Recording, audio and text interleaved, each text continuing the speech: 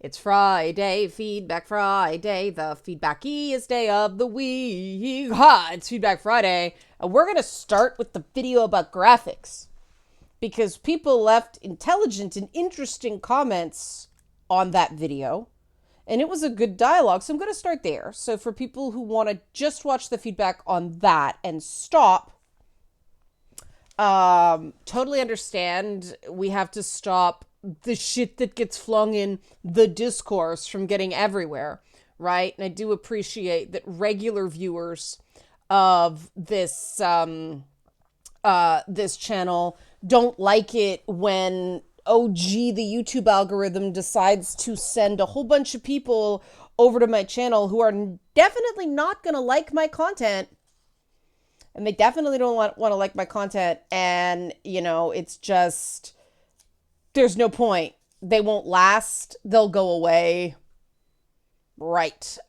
So if you like this approach to things where, yes, I will address my critics, but I don't put them over the people who actually get what I do when, maybe have a hope and hell of supporting it. Help support this channel. Become a monthly patron, patreon.com/LeannaK, or buy a one-time Leanna Care session for someone who can use it but can't afford it, coffee.com/LeannaK. I have 2 people now who would like to do more frequent sessions, but they can't. I have one person who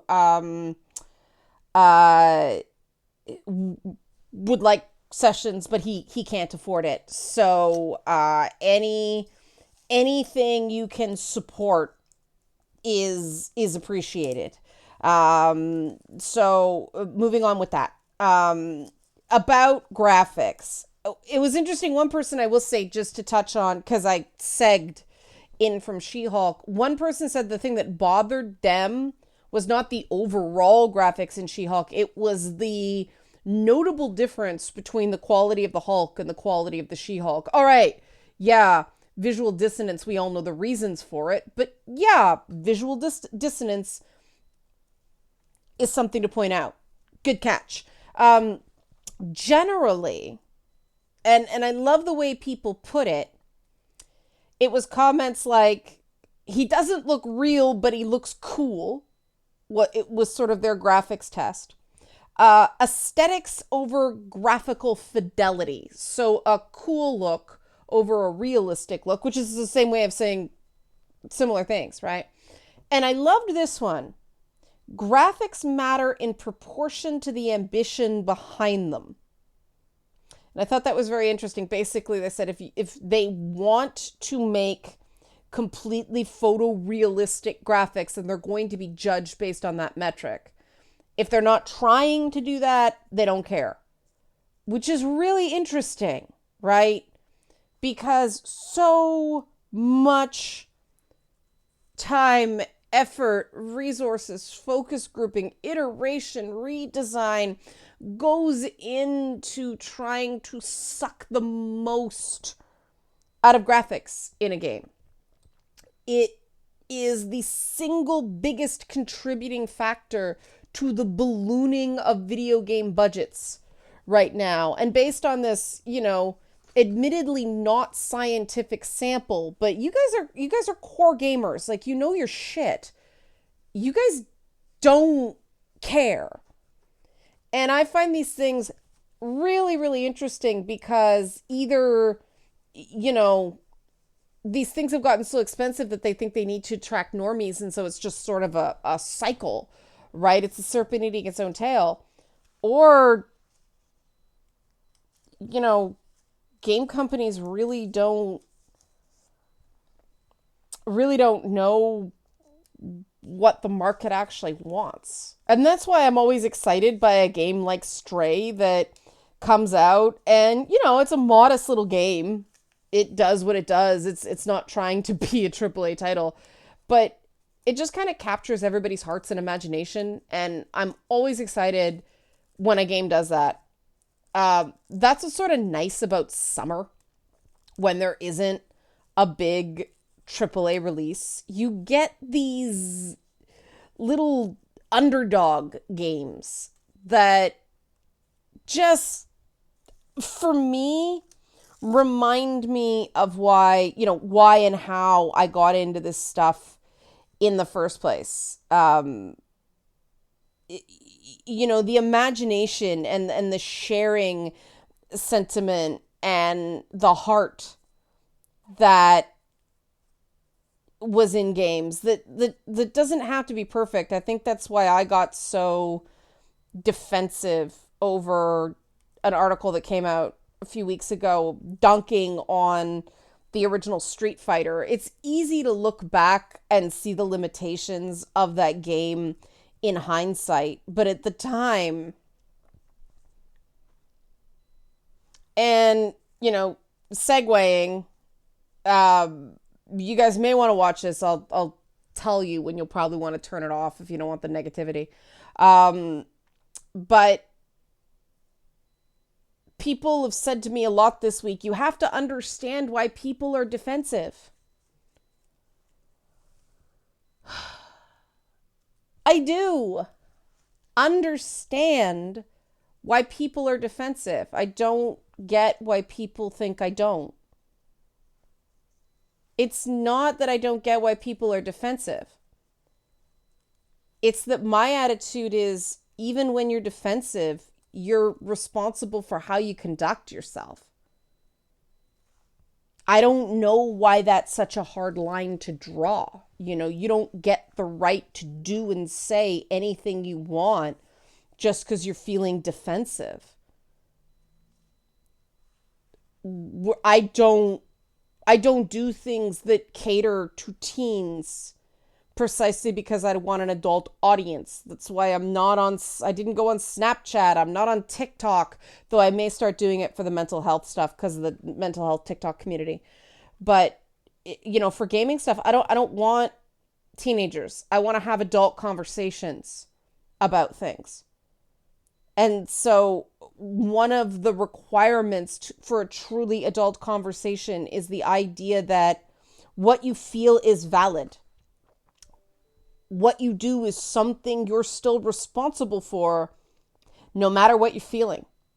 And adults have the responsibility to self-regulate and not just blow up and then make excuses for themselves.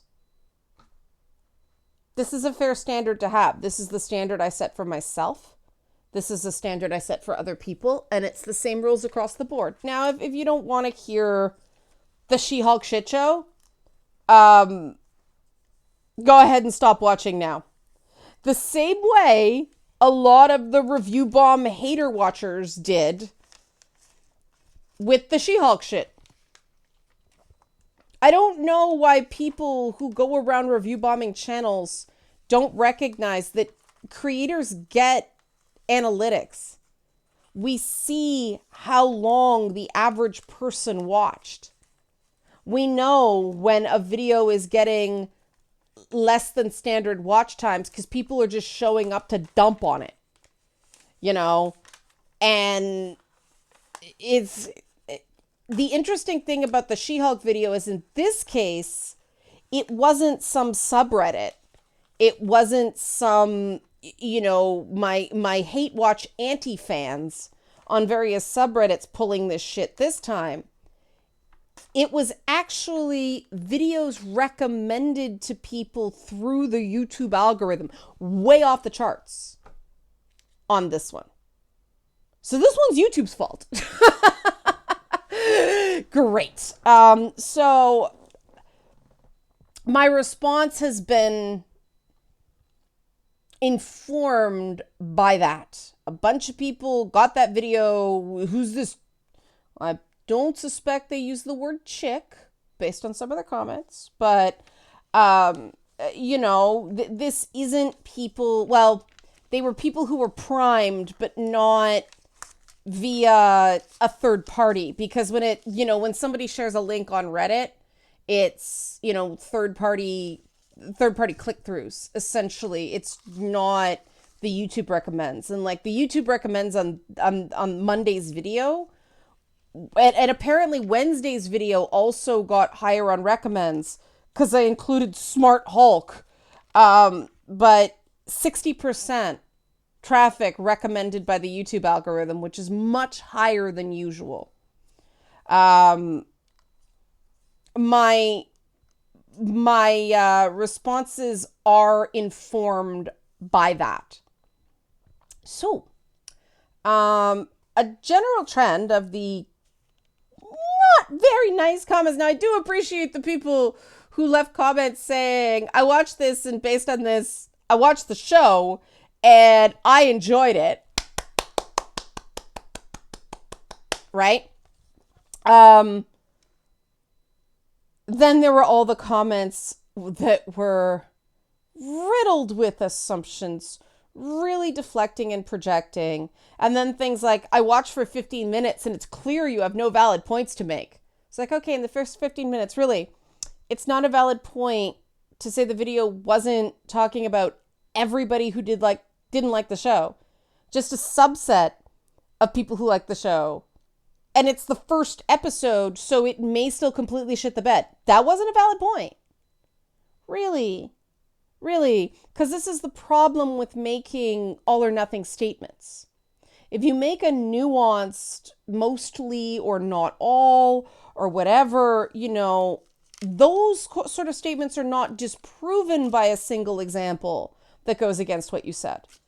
But if you say nothing, absolutely nothing at all, and I can show you one thing of value, I've disproven your thesis. SmartHulk. Okay.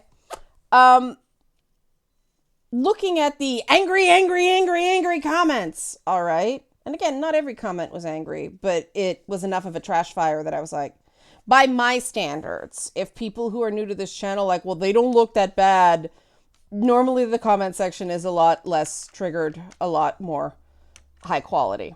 But there was this overall thing that, again, I can relate to the sentiment without validating the message or how people went about dealing with it. But this idea of being forced. We're forced to do things. We're forced. Men are forced. We're forced. Oh my God, we're being compelled. We're being coerced. We're being forced into things. By whom? The radical feminist agenda. You're being forced to do things by concepts? If you're literally being forced, if you feel forced to do something because of an exposure to an idea, you are not being forced. You are just giving up your agency and giving it to an external locus of control.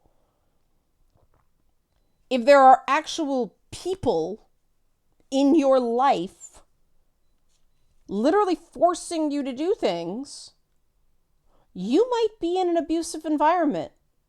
And yes, abusive environments do invoke everything from religion to self-help to anything that they can use to manipulate someone. It's not the idea that's the problem. It's how the idea is applied, right? And people are like, but certain ideas are inherently bad. Yes, certain ideas are inherently bad. Every single one of us has ideas within us that are inherently bad. We all have blind spots. We all have things that we should probably consider a little more. And we don't. And we can minimize that. We can't completely eliminate it. And that's why I prefer to not deal in certainties. Now, some people are very comforted by certainties, which is why they have to create this construct, this boogie woman, okay, coming to get them. And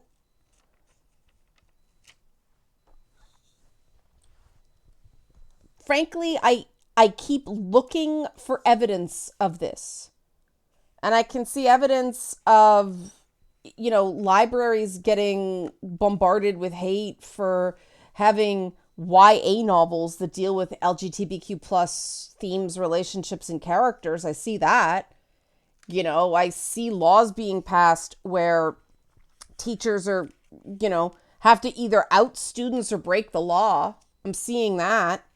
I'm seeing, in the U.S., Roe versus Wade being overturned, which is, a pretty big sign that if there is some powerful radical feminist agenda out there, it's kind of losing right now. So what I'm seeing a lot of, and this is my opinion, take it for what it's worth. I'm seeing a lot of people blaming the wrong people for their misery. Because it's easy. It's easier than facing the reality of your circumstances. And this has been a fascinating week for my inner smart Hulk, right? Because I did a bunch of social experiments. And the really fun one, well, one, I put up a bunch of jokes that are about, things like if Beauty and the Beast were made today, people would be like, why is Belle being such a bitch to Gaston? Radical feminist agenda. He's just being friendly, right? Stuff like that. Now, some of them, I put in brackets, this is clearly a joke. What's wrong with you? And in others, I just left as is. And of course, people didn't check for other things in a timeline. They just knee-jerk reacted to something that I think if somebody's saying if something were happening today, one, that's speculative, not a statement of fact. Two, when you're taking a Disney princess movie really super seriously, that is ironic, right? That is, in one person put it, facetious, right? Not to be taken seriously and or literally. It's a joke. Yes, embedded in truth, but it is not intended to be taken as the gospel. That seems to be a lost art. And so when that went hilariously fascinating, because I like learning about people through things like this, I did another experiment where I started talking to guys in that way that women don't like to be talked to, but the people who have real issues with Jen Walters insist is just valid criticism, and it's nothing wrong with telling women to smile more, and hey, I'm just being friendly, and you really need to get yourself a nice guy, and, is it that time of the month, and all that stuff. So I started talking to guys that way. The most resilient among them, and these were all people that came at me. I didn't just target random people. Let's be clear. They had to earn it.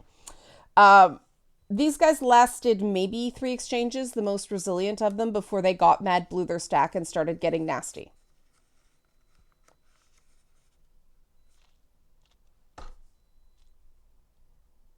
I'm just going to leave that there. Even the guys who insisted I would take it as fair criticism, the same guy lost his shit on me for a comment like that 2 exchanges before he wrote that. I watched guys this week call SheHulk a bitch and then start leveraging their daughters against people. The winner of that race to the bottom derby was a guy who said to a dude, my daughter has more testosterone than your simp so-and-so and so. And of course, a bunch of people sawing that was like, wrong on so many levels. But I actually said to that guy, I said, one of these days, another man is going to call your daughter a bitch. And on that day, you are going to recognize how piss poor your behavior was today. And I mean, I had guys going on and on and on about how shitty they thought the show was, but I'm married. I'm not an incel, right? And then I said, okay, did your wife like it? Oh, I watched with my wife and daughter. My daughter loved it. Dude, if your daughter likes the show, why are you on Twitter losing your shit about it? Like, in my mind, these guys are all anger from inside out, right? Just about everything. And it's really weird to me that these guys are so defensive of the Hulk. And that's where, a lot of assumptions come into it. And this is an unfortunate thing about the dilemma with the Hulk and the Marvel Cinematic Universe in general that's confusing a lot of people, because Universal owns the rights to the Hulk, and so they can't make an outright Hulk movie. So what Marvel has seemingly decided to do about it is sort of have a bunch of things happen to Bruce Banner off screen. And I mean, that's where the whole Professor Hulk got named Smart Hulk came from, is they had a little Professor Hulk scene in one of the past movies. Somebody told me it was Endgame. I can't keep them straight. But instead of calling it Professor Hulk, because people don't know from Professor Hulk, Joe Fixit, Samson, all that stuff, they called him Smart Hulk. And so they referenced that in SheHulk. So there is some stuff that if you're a fan of the comics, if you know the backstory, you're inferring, okay, we can assume that some version of these events happened. But we don't know exactly what. We also don't know how much Jen knows about Bruce's mental health struggles. So you can't just jump to, she was making fun of his suicide attempts, and she was making light of his mental health conditions and insisting that, oh, just because she's been catcalled, it's worse than what he's going through. We don't know if she knows any of that. We don't. Facts not in evidence. And is that kind of sloppy on Marvel's part? Yes. But we can't assume she knows. So on the one hand, it is making it harder and harder to know what the hell is exactly going on. We also can't use the comics as a straight up guide for the Marvel Cinematic Universe. I mean, God, Ms. Marvel's powers are completely different. She got them from a completely different place, right? Nothing wrong with that, just different continuity. The same way, the 616 universe is not the same as the 323 universe in right? Smart Hulk. And the fact that people even went in and shit on the comments on Wellness Wednesday, which is about handling being triggered, where I shared my own, learn the hard way story. People even showed up to pick fights in that. One guy was at the point where, I dare you to respond to this. I dare you, but I know you won't.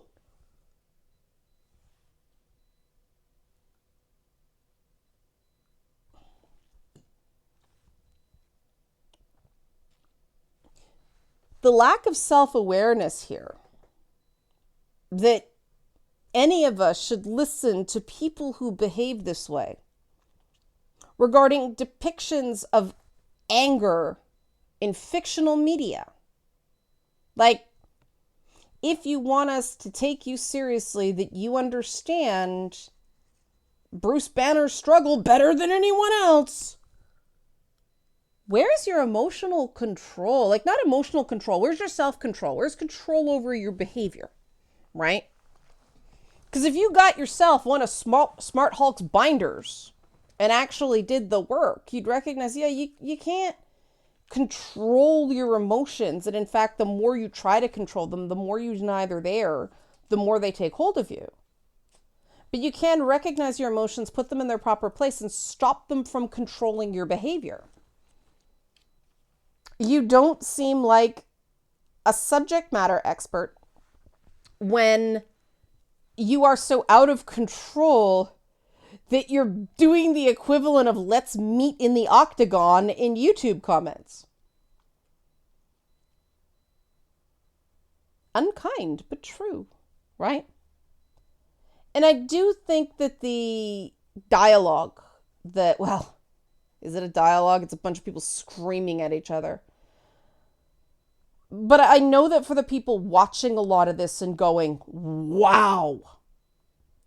I think, if one episode of television did a public good that way, well done, creators of SheHulk. Because for a lot of people who are actually paying attention, they're seeing in real time what some women go through, what the way some men behave, and the way some women sabotage other women. It did its work by just making a statement and sparking a reaction. And here's the thing about all the conspiracies and all the, it's an agenda and they're provoking, and someone can provoke you all you want. You're not required to take the bait. You know, the thing that makes Bruce Banner's struggle so noble is he's never allowed to get angry. He needs a superhuman amount of control, and no one else understands how much strength that takes. I mean, I know a little bit about it because I need a lot of self-control to do what I do. And I'm allowed to get angry. I just don't have to show it. So what he has to go through, my God. And the people who act like such big defenders of Bruce Banner's honor. I mean, I love that man. I think Mark Ruffalo's great in that role. But the best way you can defend the honor of puny Banner and the Hulk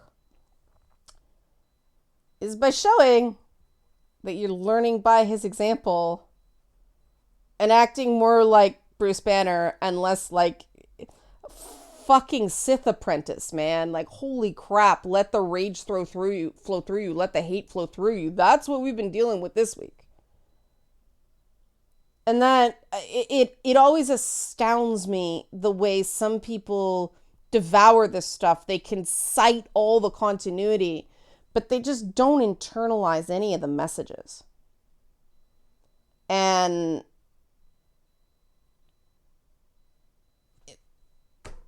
that's what happens, right? Everybody takes from it what they're going to take from it, which is why it's so absolutely absurd to believe that, anyone has the absolute 100% accurate, there is no wiggle room here, take or understanding on a half-hour first episode of a show that's like, I don't know, 6 to 10 episodes long. I have no idea how long it is. But to act with certainty with the first episode, I hate to break it, but you're just making a fool out of yourself. But I always come back to, even though the behavior is bad, the pain is real. And I have absolutely no idea what to do about that.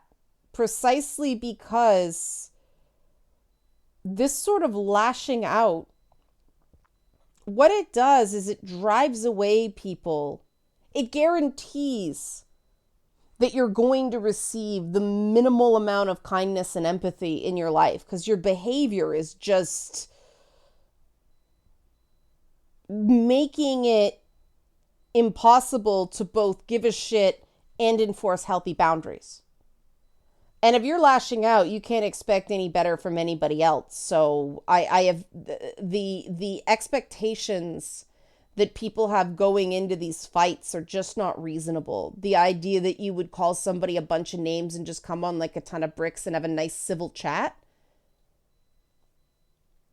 To me, that's showing the other person no respect. That's using them as a punching bag and expecting them to be the bigger person when you haven't earned that. And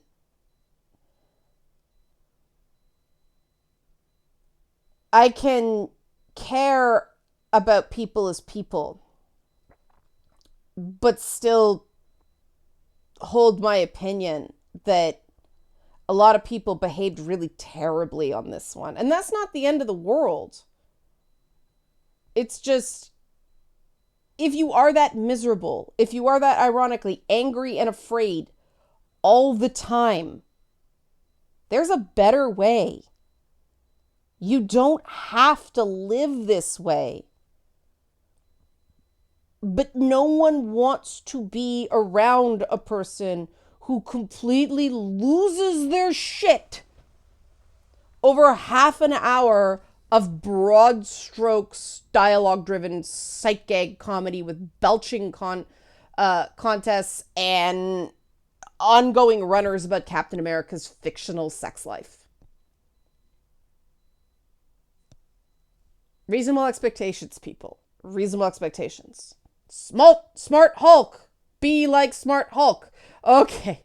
Help support this channel. Become a monthly patron. Patreon.com/LeannaK. Or buy a one-time Leanna Care session for someone who can use it but can't afford it. Coffee.com/LeannaK. Thanks for watching and have a great weekend.